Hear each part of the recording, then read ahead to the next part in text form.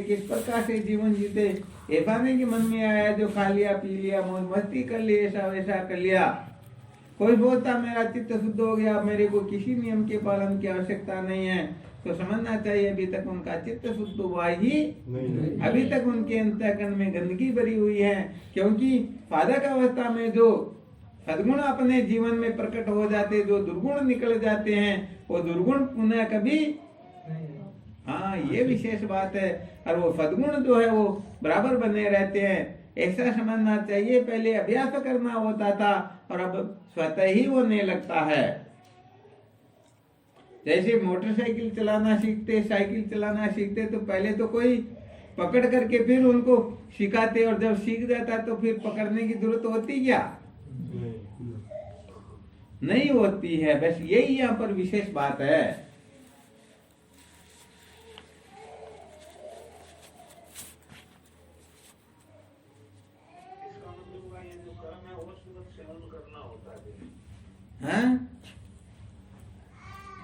हाँ,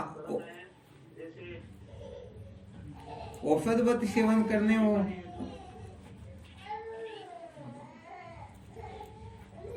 हाँ बोलो।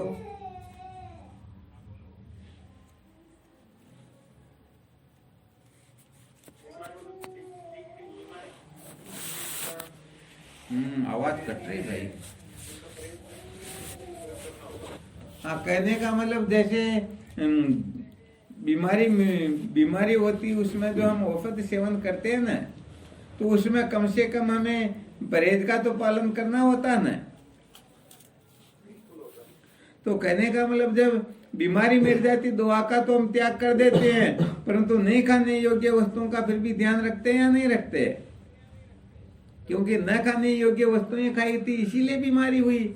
अब स्वस्थ हो गए और फिर हम न खाने योग्य वस्तुओं का सेवन करेंगे, तो बताओ अंतःकरण पुनः मलिन होगा या नहीं होगा? होगा।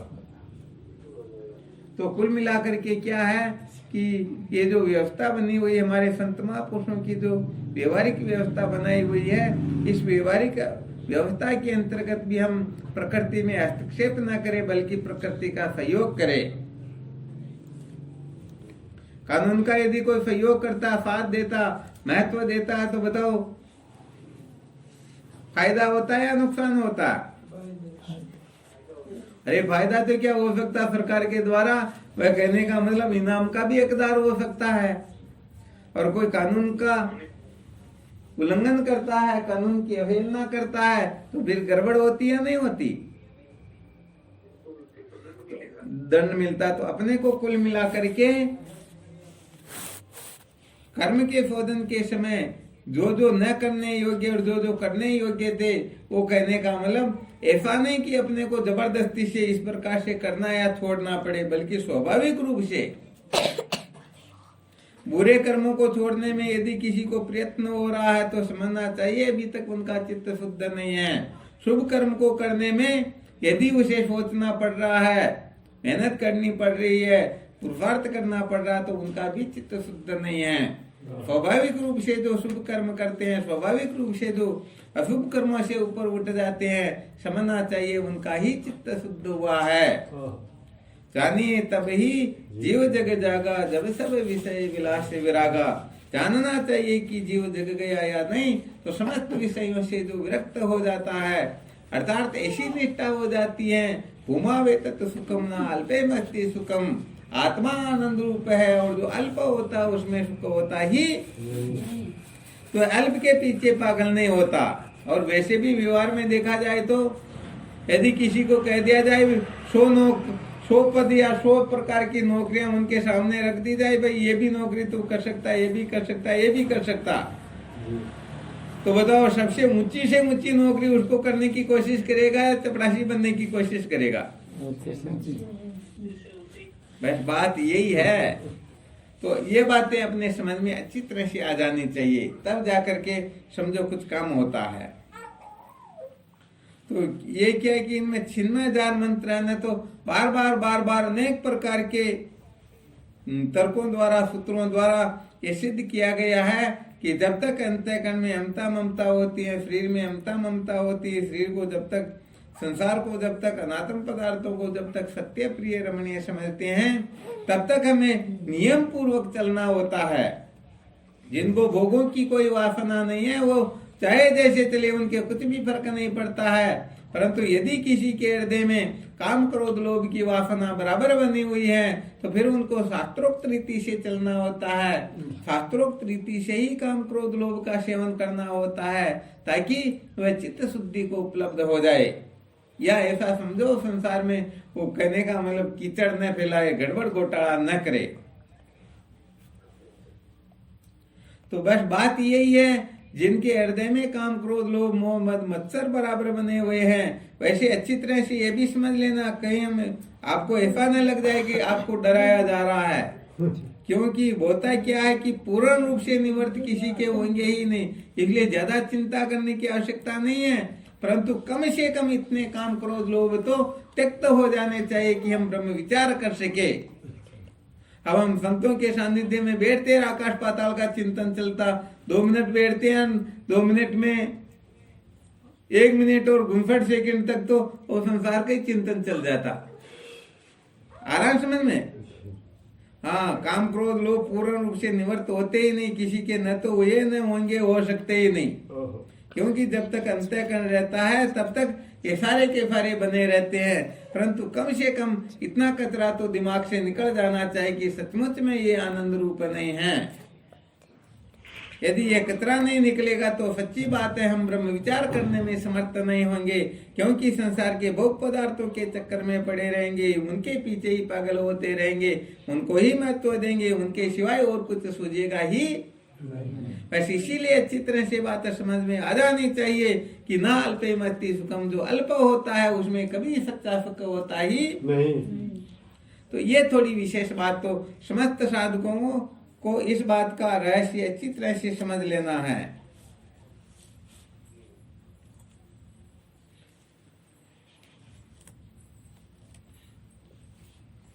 हमारे यहाँ पर भी आज तो बहुत सारे साधक बैठे हुए हैं, खूब बैठे हुए हैं ना। इसमें बहुत सारे शेर भी है। अभी तो साधक आ रहे, इधर पीछे और बैठे हुए हैं।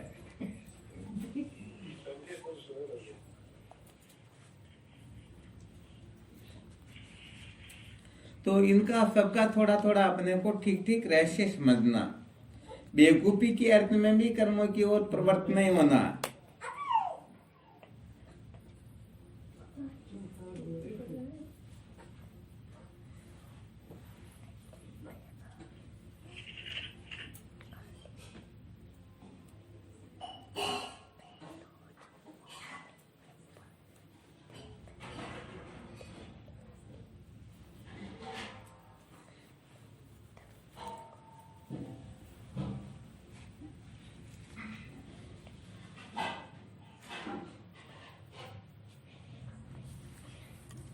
अच्छा, कुछ कुछ सूत्र तैयार रखा करो, जैसे किस प्रकार के कर्म करने चाहिए, कर्म करने की क्या पहचान है, कौन सा कर्म कर्तव्य है, कौन सा त्यक्तव्य है, इनके बारे में भी थोड़ी थोड़ी विचार शैली प्रकट किया करो, ताकि साधकों को कुछ न कुछ फायदा होता है।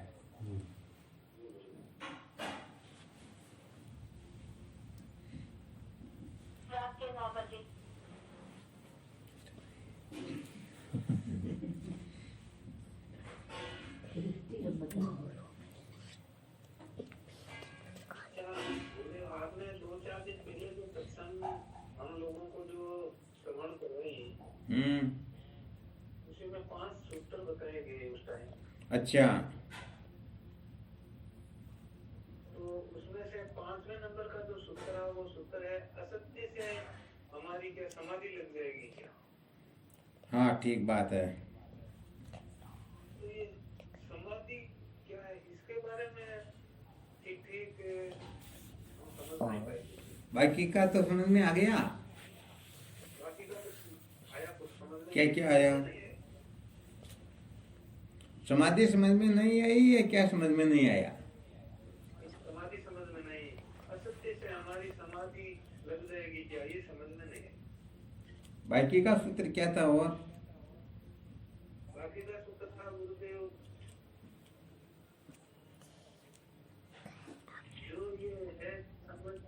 कि असत्य असत्य से हमारा दुख मिट जाएगा क्या, तो असत्य से हमको सुख मिल जाएगा क्या, असत्य से हमारे ज्ञान हो जाएगा, असत्य से हमारे को ज्ञान हो जाएगा क्या, ये जो असत्य से हमारे अज्ञान मिट जाएगा क्या, तो ये असत्य से हमारी समाधि लग जाएगी क्या, तो वह पुत्र तो अच्छे ही लगे है ना, केवल मात्र इसमें दिक्कत आ रही है। ये समझ में नहीं है। ठीक बात है। क्यों नहीं आया, क्या कारण है? समाधि वेदांत के अंतर्गत नहीं, इसलिए समाधि वेदांत के अंतर्गत नहीं है, इसलिए क्या? अरे तो गजब कर दिया। इसमें केवल वेदांत की कहने का मतलब असत पदार्थों में यदि कोई आस्था रख करके वेदांत विचार के सिवाय बाकी के साधन भजन करना चाहे तो क्या वो हो जाएंगे क्या? बस बात इतनी सी है। यहाँ पर थोड़ा बहुत सबका बताना होता ना। कहने का मतलब असत पदार्थों में आस्था बनाए रखकर कोई समाधि भी नहीं लगा सकता है, भगवान के दर्शन भी नहीं कर सकता, निष्काम कर्म भी नहीं कर सकता है, ईश्वर के दर्शन भी नहीं कर सकता है। ये सारे सूत्र इसमें समझ लेना। अब यह समाधि किसे कहते किसे नहीं कहते इसका कोई औचित्य नहीं है, वो फिर अलग कक्षाएं रहेगी। आ गया? बस बात इतनी सी। ये थोड़े होता है जो बस अपने वेदांत की बातें कहते, तो इसका मतलब असत्य से वेदांत विचार संबंधित कुछ नहीं होगा तो क्या असत्य में आस्था रखने वाला समाधि लगा सकता है क्या? ऐसा बेवकूफ। और समाधि भी कोई साधारण बात थोड़ी, वो भी 8 अंगों सहित हो तब जाकर के समाधि सिद्ध होती। उसमें 5 यम होते, तो यम में ब्रह्मचर्य आदि साधन आ जाता, तो क्या वेदांत का एक पेड़ नहीं है क्या? और वैसे देखा जाए तो ये धर्म उपासना योग 3 जो ब्रह्म विद्या के परंपरागत साधन है, तो जब तक धर्म उपासना योग में कोई प्रवीण नहीं हो जाता है तब तक सच्ची बात उनका चित्त शांत होता भी नहीं। समाधि का मतलब अंतर्मुक्ता ही तो होता है, समाधि का मतलब चित्त को शांत करना ही तो होता है।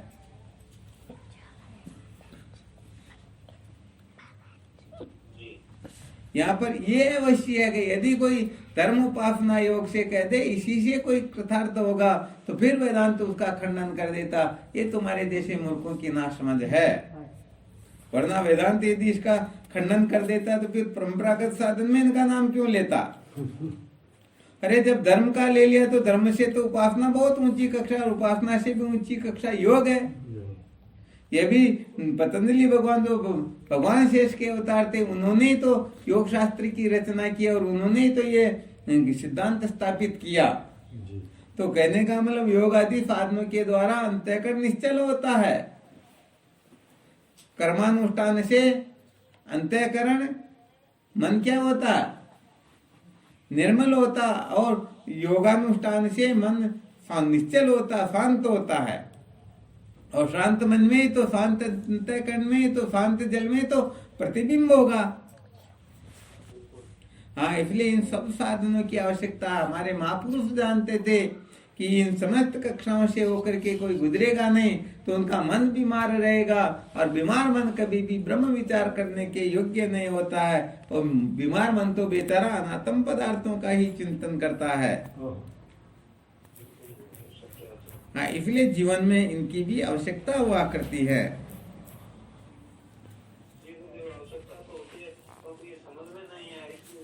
हाँ, बहुत अच्छी बात, कोई दिक्कत नहीं। आप यहाँ पर 1000 सूत्र और बोल सकते हो। समाधि की जगह पर आप और कुछ भी करें, वो राम राम भी नहीं कर पाएगा किसी का। ठीक है, चलो बहुत अच्छी बात है। ऐसा अलर्ट रहना कि विषय से विषयांतर न हो, तब थोड़ी विशेष बात होती। वरना तो क्या फिर मनोरंजन हो जाता। क्या कहना चाहिए क्या कहते हैं, क्या पूछना चाहिए क्या पूछ लेते हैं, क्या सुनना चाहिए क्या सुन लेते हैं, क्या समझना चाहिए क्या समझ लेते हैं।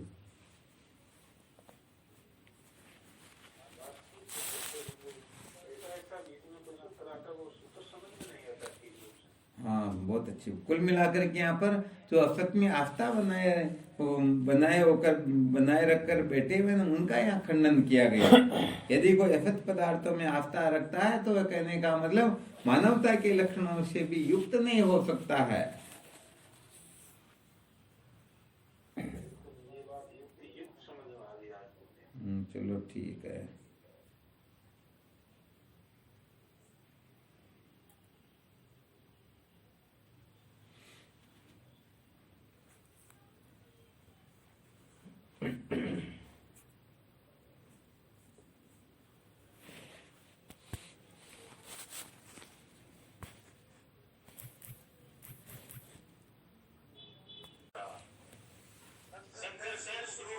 हाँ, शंकर सहज स्वरूप सबारा, लागी समाधि अखंड पारा।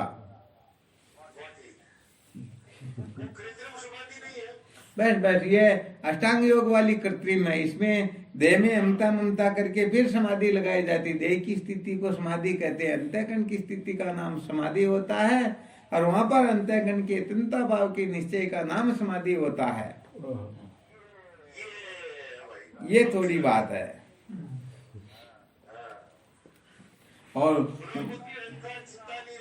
बस बस जैसे सनकादिक ऋषि जो 24 घंटे किस में रहते, समाधि में ही तो रहते हैं। निमेषार्धम न तिष्ठन्ति वृत्तिम ब्रह्ममयी विना यथा तिष्ठन्ति ब्रह्माद्या सनकाद्या सुखादय। निमेष मात्र भी कहने का मतलब वो इसे विचलित नहीं होते हैं।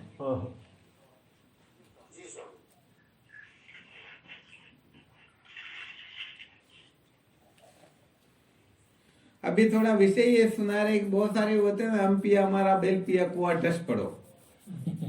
तो आजकल के वेदांतियों में क्या थोड़ा ये गड़बड़ घोटाला हो गया। वो केवल ज्ञान की बातें करते, क्रम उपासना को मूल सहित ही मिटा देते। जबकि देखा जाए तो अभी उनको भी जरूरत है, क्योंकि कर्म उपासना का जो फल है वो उनको अभी तक प्राप्त नहीं है। तो बात क्या होता, न तो कर्म उपासना वो कर पाते, तो न तो उनका चित्त शुद्ध होता और न उनको तत्व का ज्ञान होता। दोनों तरफ से नष्ट भ्रष्ट हो जाते हैं।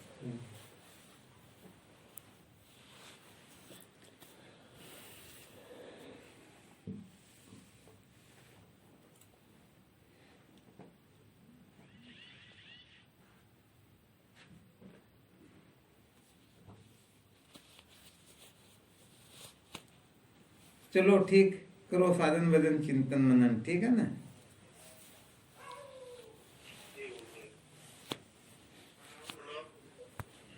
हाँ शिवोहम।